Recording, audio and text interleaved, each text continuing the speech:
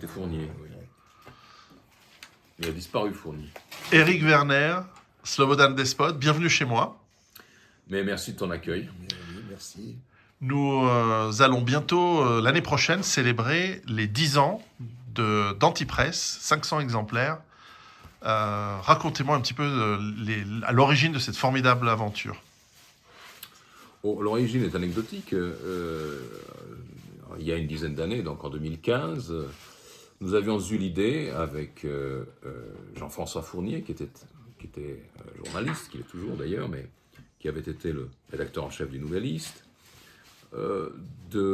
d'adresser une lettre à nos amis, à nos contacts via mail pour commenter les événements de ce qu'on appelle l'actualité, mais sur un ton un peu décalé et en montrant que pour tout ce que disent les médias, ce que j'appelle les médias de grand chemin, il est possible de trouver une contre-narration ou une version différente, autrement racontée, autrement argumentée de ces mêmes événements. Alors c'était au début un simple mail qui était envoyé à 1000-1500 adresses, et puis peu à peu, ça a fait un peu boule de neige, c'est-à-dire que de plus en plus de gens voulaient recevoir ce mail.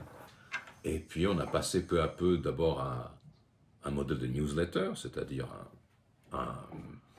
non pas un échange entre copains, mais une newsletter adressée à qui voulait bien la prendre, qui se finançait d'abord avec des dons, puis ensuite on a fait un modèle d'abonnement pour devenir ce que nous sommes aujourd'hui, c'est-à-dire une véritable revue hebdomadaire, diffusée en 4 formats, nous étions, je pense, les premiers dans le domaine francophone à diffuser en 4 formats, c'est-à-dire PDF, qu'on peut imprimer, EPUB pour ceux qui ont des liseuses, le format archivé sur site, c'est-à-dire chaque article lisible sur notre site, et puis le format audio, c'est-à-dire que tous les articles de fond sont enregistrés en podcast.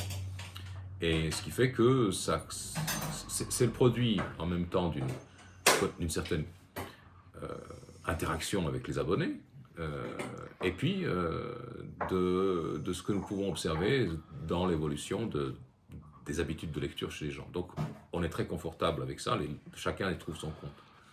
Alors Éric Werner, toi qui, en tout cas à mon sens, tu es l'un des philosophes et intellectuels les plus importants de Suisse, tu es compère et tu es complice de cette aventure de la première heure. Pas exactement, donc j'ai participé à la fondation, à la création, mais j'ai commencé à écrire vraiment à partir de 2020, beaucoup plus tard. Ça a coïncidé avec le début de la pandémie. C'est vraiment une coïncidence. Il y a eu plusieurs choses qui ont fait que je me suis mis à écrire un article par semaine, effectivement. Quel est l'objectif qu'est-ce que vous essayez de faire avec Antipresse? Alors ça, j'ai pas de réponse. C'est Slobodan qui peut répondre. Moi, je me contente de traiter des sujets d'articles les uns après les autres, en essayant d'être le meilleur possible. Mais je vis au jour le jour, de semaine en semaine. Et simplement, je suis en harmonie avec la ligne d'ensemble, ça c'est sûr. C'est une très bonne question parce que moi-même, j'ai eu beaucoup de peine pendant très longtemps à y trouver une réponse. Comme je l'ai dit, c'était une initiative empirique et pour ainsi dire, un mouvement d'humeur qui nous a poussé à faire ça, parce que nous trouvions l'information médiatique extrêmement limitée, stupide, inculte, très orientée. Et nous voulions donner aux gens un espace, nous donner à nous-mêmes d'abord, mais aussi à nos lecteurs, un espace de respiration. C'est-à-dire, oui, il est possible de penser autrement, il est possible de regarder les choses autrement. C'était pas ce qu'on appelle aujourd'hui, sur beaucoup de sites, de la réinformation, c'est-à-dire qu'on fait un contre-prêchi-prêcha, où on démonte pièce par pièce le prêchi-prêcha des médias. C'est simplement un autre espace, avec une autre temporalité, avec un autre style, parce que nous soignons le style, l'écriture, avec une profondeur culturelle, parce que nous essayons toujours de rattacher nos écrits et les événements dont ils parlent à ce que l'expérience humaine nous apprend déjà, parce qu'il n'y a rien de nouveau sous le soleil. Donc, l'objectif, si on devait le définir, ce serait de créer un livre, d'écrire un livre, donc chaque édition de l'Antipresse est un chapitre, un livre d'une époque qui ne sait plus lire les livres. Nous sommes en quelque sorte le journal de bord d'un naufrage permanent, en essayant toujours malgré le côté erratique du navire sur lequel nous nous trouvons, nous essayons toujours de garder le cap, c'est-à-dire le cap que nous donne la tradition, notre tradition européenne, que nous donne notre littérature, le cap, les échelles de valeurs que nous avons héritées. Tout ça, ça nous donne une orientation, un compas, un cap, et nous essayons donc d'écrire ce chaos en retrouvant toujours le sens des choses, le sens premier, le sens archaïque dans des événements qui en semblent dépourvus. Cette chronique du monde au temps des robots, si je paraphrase chronique de la vie humaine au temps des robots. De la vie humaine au temps des robots, a vu un nombre, alors c'est un secret d'État, le nombre d'abonnés, mais a vu un nombre d'abonnés augmenter beaucoup pendant la crise de Covid. Est-ce que c'est une prise de conscience? Est-ce que c'est la force des choses ou le temps est venu pour une publication comme la vôtre? Qu'est-ce que vous pensez, M. Werner? Moi, je pense que le temps était venu, c'est-à-dire que ça répond à une prise de conscience de la part d'une partie de la population, mais une partie de la population minoritaire, mais une grosse minorité quand même. Une grande partie de la population, une petite, mais grande quand même, minoritaire, se rend compte que les journaux, que les médias traditionnels ne disent plus la vérité. Je pense qu'il faut mettre au cœur du problème la question de la vérité. C'est-à-dire qu'on se rend compte que de plus en plus, les médias que Slobodan appelle de grand chemin, le mainstream, sont des médias qui montent à journée faite. Il n'y a pratiquement plus de paroles de vérité dans ce qu'on entend à la radio et à la télévision. Et les gens, plus ou moins obscurément, s'en rendent compte, plus ou moins clairement s'en rendent compte, et cherchent une alternative. On est là pour apporter une parole de vérité, alors que partout ailleurs, le système se nourrit du mensonge permanent. C'est un système de mensonge et de désinformation permanente. Donc les rôles sont retournés, on accuse périodiquement, enfin en permanence, les médias mainstream accusent les gens qui ne sont pas exactement dans leur ligne de fabriquer des fake news. C'est exactement le contraire qui se passe. Eux fabriquent à journée faite des fake news et nous rétablissons la vérité. À côté de ça, il y a toute la question des valeurs, mais je mettrais au cœur du problème vraiment la question de la vérité. Oui, parce que c'est Hannah Arendt qui a eu cette observation prémonitoire et alarmante, que lorsque vous créez un système où tout est mensonge, où les vérités ne sont que des vérités momentanées et utilitaires, eh bien, vous allez avoir des gens, un public, qui ne croit plus à rien. Et c'est pourquoi il est absolument nécessaire de fournir à ce public un point d'ancrage avec au moins une plateforme, une source, une voix qui dit non, nous croyons que la vérité existe. Et que les mensonges qu'ils vous servent, ce n'est pas simplement une vision des choses. C'est une manière délibérée de vous induire en erreur parce qu'on ne vous considère pas comme des êtres humains souverains, des citoyens souverains. On vous considère comme une masse qu'on doit façonner et mener là où le pouvoir veut qu'elle arrive. Mm-hmm. Et on le fait par toutes sortes d'enfumages, d'illusions, de contre-vérités, de promesses non tenues, etc. Et alors évidemment, tu as raison, nous avons changé de dimension au moment de la pseudo-pandémie, ou moi ce que j'appelle la pandystopie.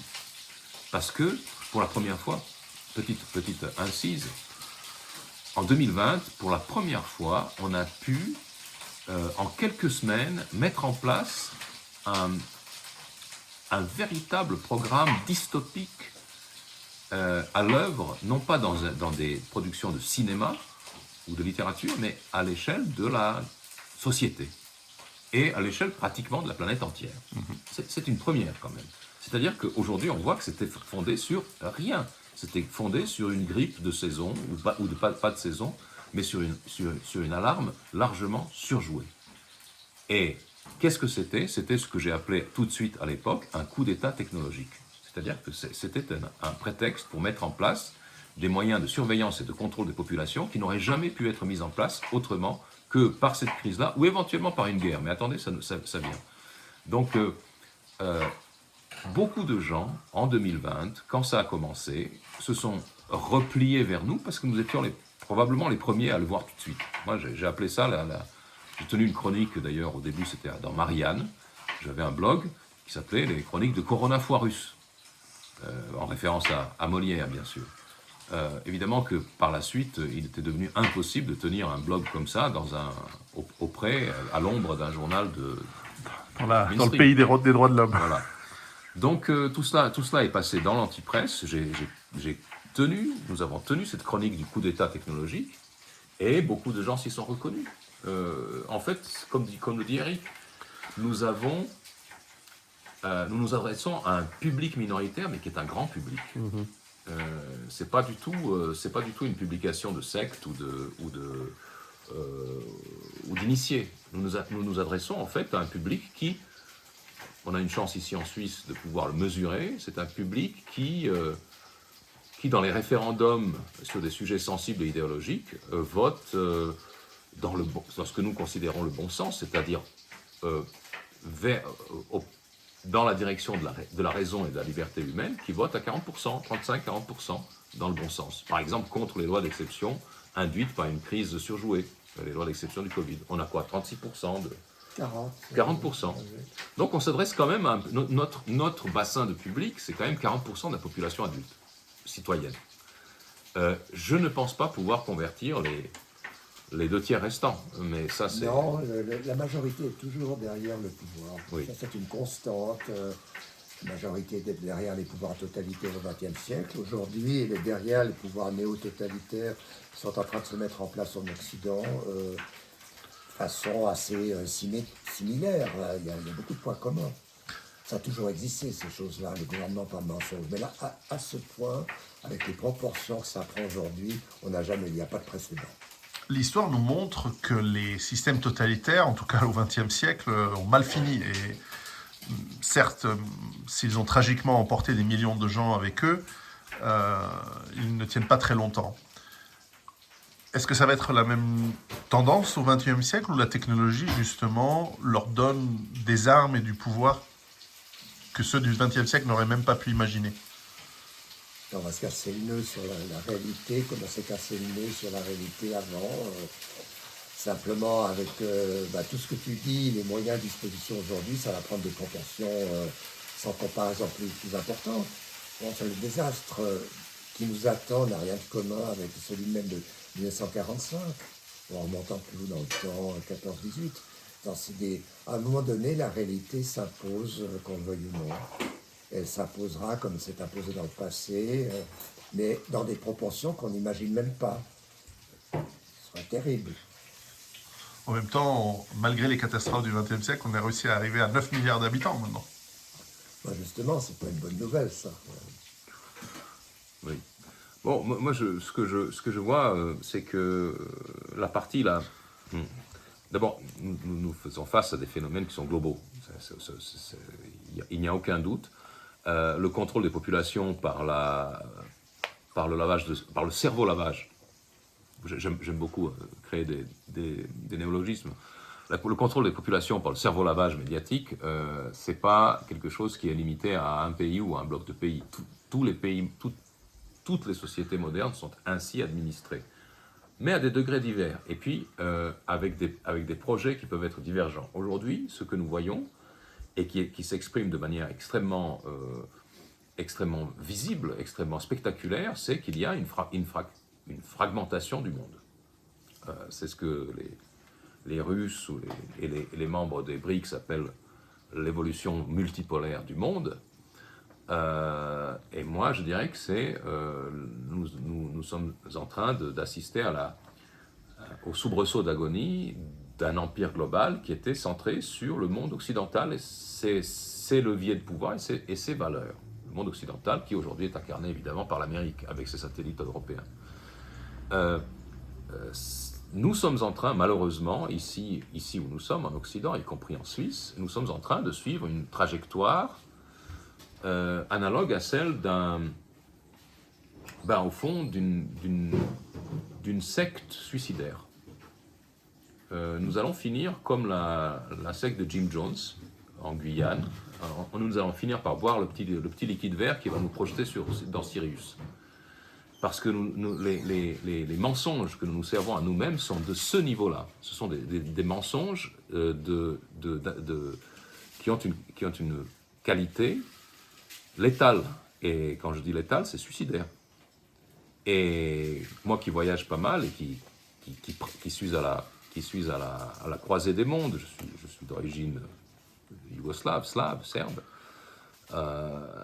je lis beaucoup, je cite beaucoup les sources médiatiques extra-occidentales, non occidentales. Je vois que le monde entier, le monde extérieur, donc les 85% de l'humanité, nous regarde aujourd'hui, nous l'Occident, non plus comme la lumière de la raison, mais comme une véritable bande de fous. On ne nous comprend pas. Je confirme. Je confirme par mes voyages.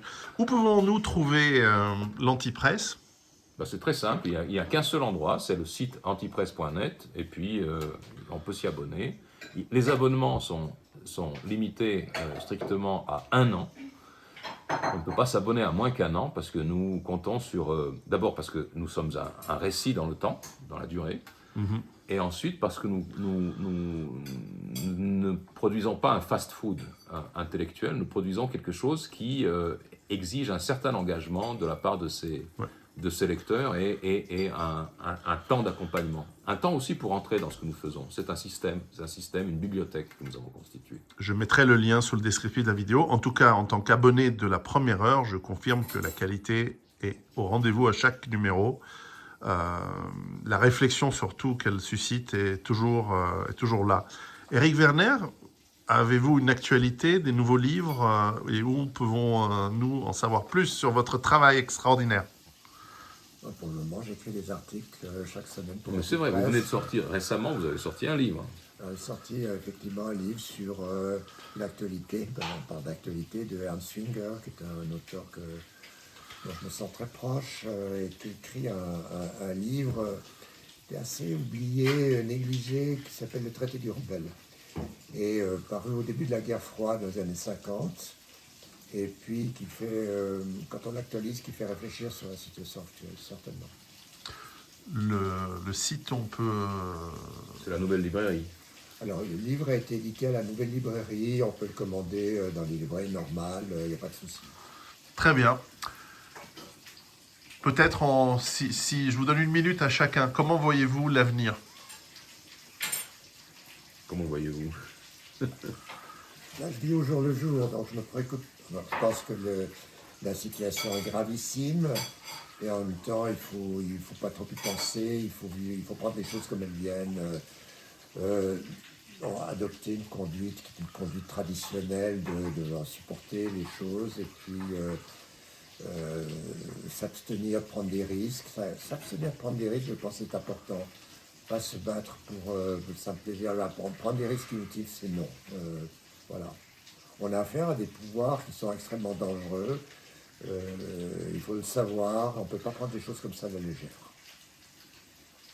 Slobodan. Eh bien, Eric a raison. La situation est désespérée, mais elle n'est pas tragique. Je vois la passe que nous traversons comme une nuit de Walpurgis. C'est une bacchanale de violence, de mensonges, de mal, de guerre, qui peut se terminer extrêmement mal. Ça peut très bien se terminer en guerre nucléaire, mais à ce moment-là, les compteurs seront remis à zéro, et non pas au niveau de l'humanité, mais au niveau du compteur Geiger. Du compteur Geiger. Donc il restera certainement des unicellulaires qui vont survivre, mais ça ne nous concernera plus. Donc il faut pas s'en inquiéter. Mais si nous n'allons pas vers une guerre nucléaire, eh bien, on peut tout simplement imaginer, on peut très bien imaginer que, comme après une nuit de Walpurgis, surviendra un matin, une aube, que les démons ne supportent pas et où nous pourrons respirer et marcher dans les champs en pensant que nous n'avons fait qu'un mauvais rêve. Éric Slobodane, merci beaucoup.